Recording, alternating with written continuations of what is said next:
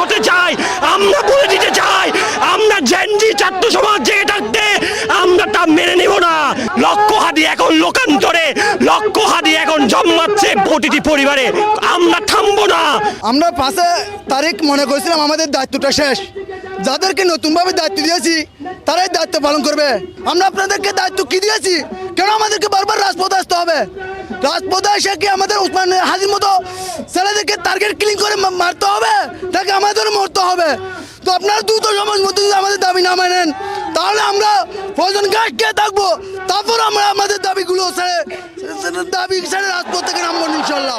আজকে আন্দরকিল্লা জুমার নামাজের পর থেকে বীরচট্টলা থেকে সাধারণ ছাত্র জনতা কিন্তু একটা হাদির হত্যার প্রতিবাদে বিচারের দাবিতে কিন্তু একটা বিক্ষোভ মিছিল করেছে। কফিন মিছিল নিয়ে আমরা এখানে এসেছি।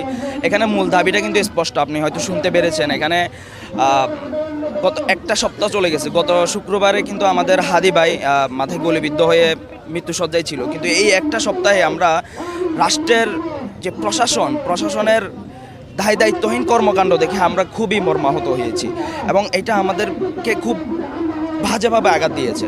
2024 সালে কিন্তু হাদি ভাইয়ের মতো আমার আপন ভাই এইভাবে গুলিবিদ্ধ হয়ে শহীদ হয়েছিল 3 দিন কমায় থেকে।